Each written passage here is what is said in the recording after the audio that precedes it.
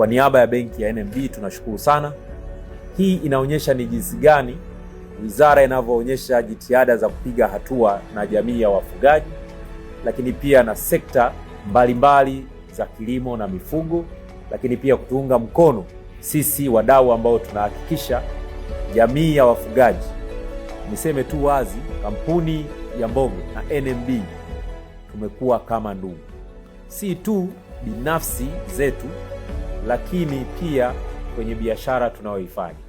Mwaka huu tunaingia makubaliano ya miaka 3 mfululizo, kwa maana ya mwaka 2026, makubaliano ya kudhamini maonesho haya shilingi za Kitanzania milioni 300.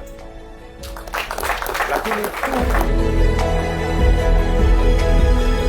mwaka huu ni mwaka wa wakina mama kwenye kilimo duniani.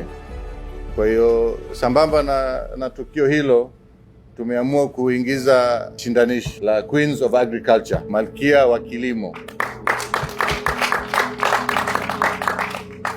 Pia niseme napenda kuipongeza benki ya NMB kwa kuendelea kuwa sehemu muhimu ya maonyesho haya. Walianza na kiasi cha fedha milioni 30, lakini leo tunaona wameingia mkataba mkubwa, manake wameona umuhimu wa sekta. Maonyesho haya manake yanatu expose, yanatupa nafasi ya kufahamika, nafasi ya kujulikana tunao hao ng'ombe, lakini muhimu zaidi, lazima tufanye kazi ya ziada kuhakikisha ng'ombe wetu wanakidhi viwango vya masoko ya kimataifa.